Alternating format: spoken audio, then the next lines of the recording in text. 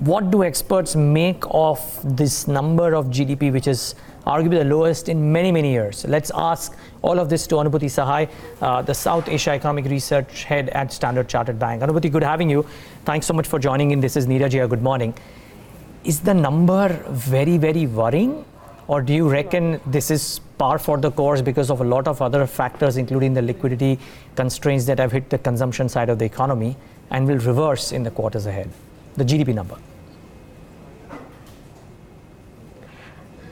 Yeah, sure. So I do think that going forward, we should see an improvement from here onwards. As you very correctly said, the second half of fiscal year 19 saw too many factors playing out at the same time, which effectively weighed down on GDP growth number, with the last quarter bearing most of the brunt. But as we move forward, and I would emphasize that probably from the second quarter of fiscal year 20, we should see some improvement in numbers to come forth. And that would be first on as election related uncertainty gets eliminated. I think that on its own can provide some respite to overall economic activity.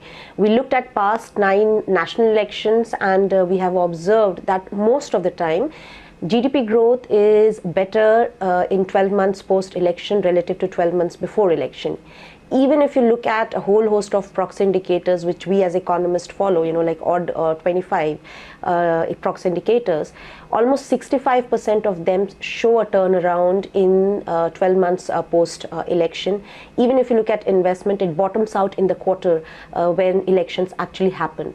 So I think with elections behind us, with a very good mandate, there should be an improvement in economic activity, more pronouncedly from the second quarter of fiscal year 20. The second factor which should also provide some respite is the fiscal stimulus. The government announced a fiscal stimulus in the Feb budget. Only 1/3 of it was rolled out in the fiscal year 19. But this year we should get a support of around 0.6% of GDP. So that should also support primarily consumption.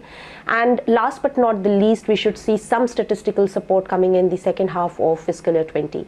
So net, when I look at the annual growth numbers, this year we printed at 6.8%. Our sense is we will move towards 7% in fiscal year 20. So there is an improvement, but it's not a resounding improvement. Issues on the global front, issues in the financial sector in India pretty much remain, and they would take time to get sorted. So on growth, there should be an improvement, but I think we need to keep in mind that improvement will be a very, very gradual, or most probably we should call it a normalization rather than a sharp recovery. The stimulus factors that you spoke about, if I can add the fix of the monetary stimulus that could come in as well. Now, what are you penciling in? Because the markets and the yields as they have started off this morning seem to suggest that the market expects maybe more than just a token 25 basis points. Will that happen? Will that be enough? In our view, June policy rate cut is a close call.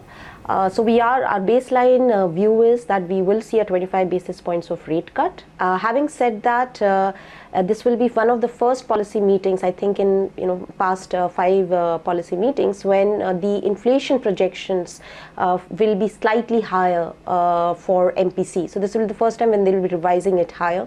So and the other issue on which the MPC might like to get some clarification on is the monsoon. So in case if they want to get some clarification on monsoon, on especially how the G20 meetings goes at the end of June, they might decide to delay it to August. Having said that, our core view is that we will get 25 basis points of rate cut in the June policy meeting.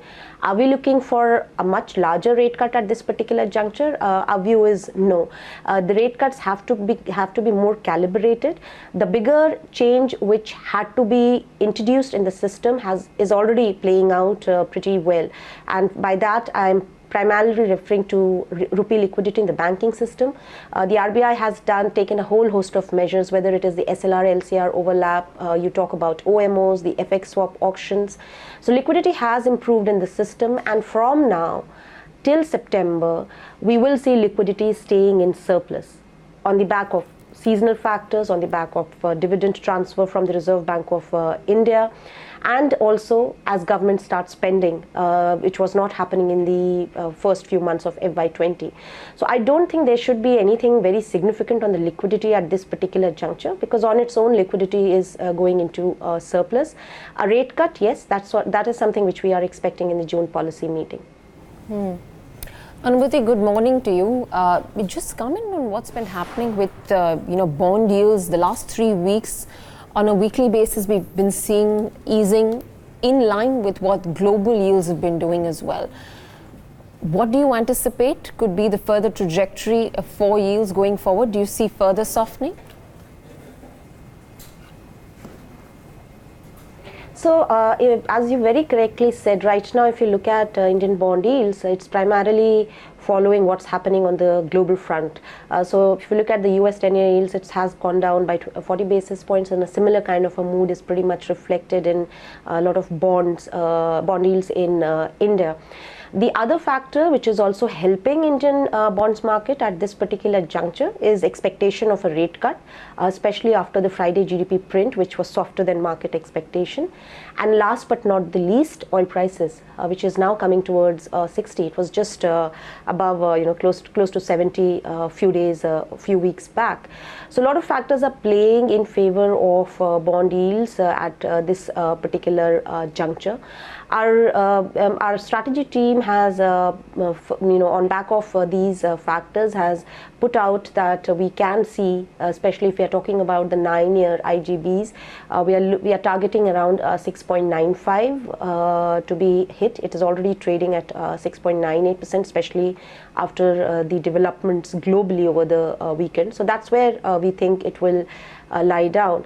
But once these global factors settle down, for instance, if the trade tension settle down, and in case worries on if trade tension settle down and worries on global growth should also come off, then markets in India will start focusing on domestic fundamentals, and there expectations about further rate cuts beyond what MPC might deliver on in June, expectations about liquidity situation in the banking system.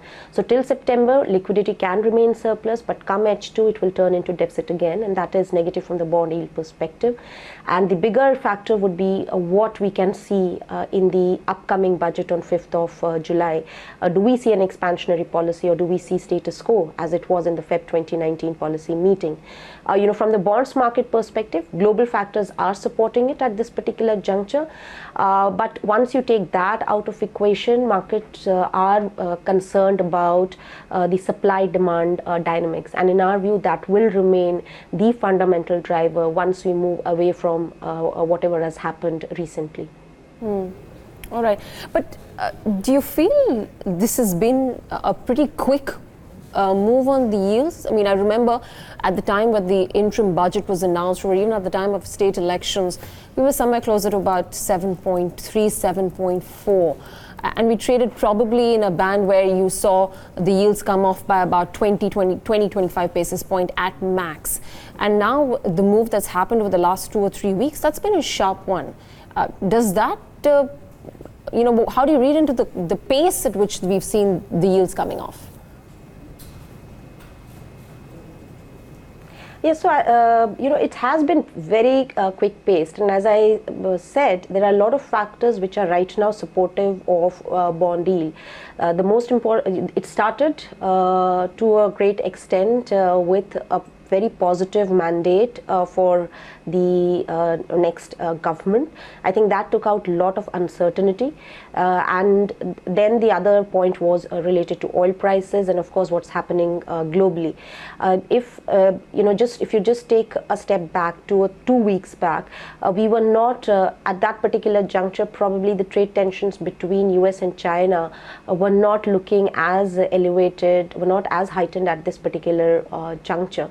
So the movement is very quick paced, and a lot of it is to do with global factors which were missing a few weeks back, and the other part is to do with what has happened domestically, which is getting a positive election mandate. So it's quick paced for sure, but as I said, we'll have to keep a close eye on what happens on global trade tensions.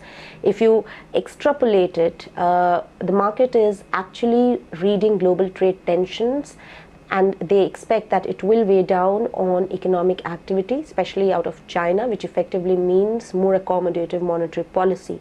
So 2 or 3 weeks down the line, say in the G20 meeting, if we get a cold truce, even if it is a cold truce between US and China, I think some of the recent moves can get reversed. But of course, that's a big if, which needs to be watched out.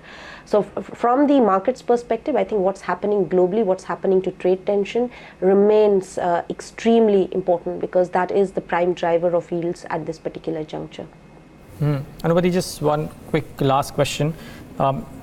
To your assessment, would the RBI or should the RBI inject more liquidity for the NBFC space in order to kickstart? Because a lot of private sector entrepreneurs, etc., are all getting hurt because of the lack of liquidity to the companies which need it but are not getting it. Sure. So 2 points here. First of all, the banking system liquidity has improved a lot over past few months, and that has to some extent it has eased off pressure for good names.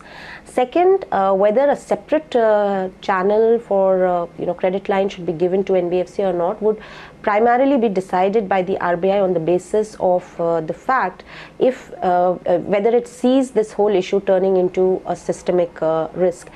As long as RBI believes that this can be sorted in a smooth manner, just by a free play of market forces, I don't think they will provide a separate credit line. Okay. But in case they do see it turning into a systemic risk, then probably we can see that. For that, we will have to wait for more information coming from the RBI.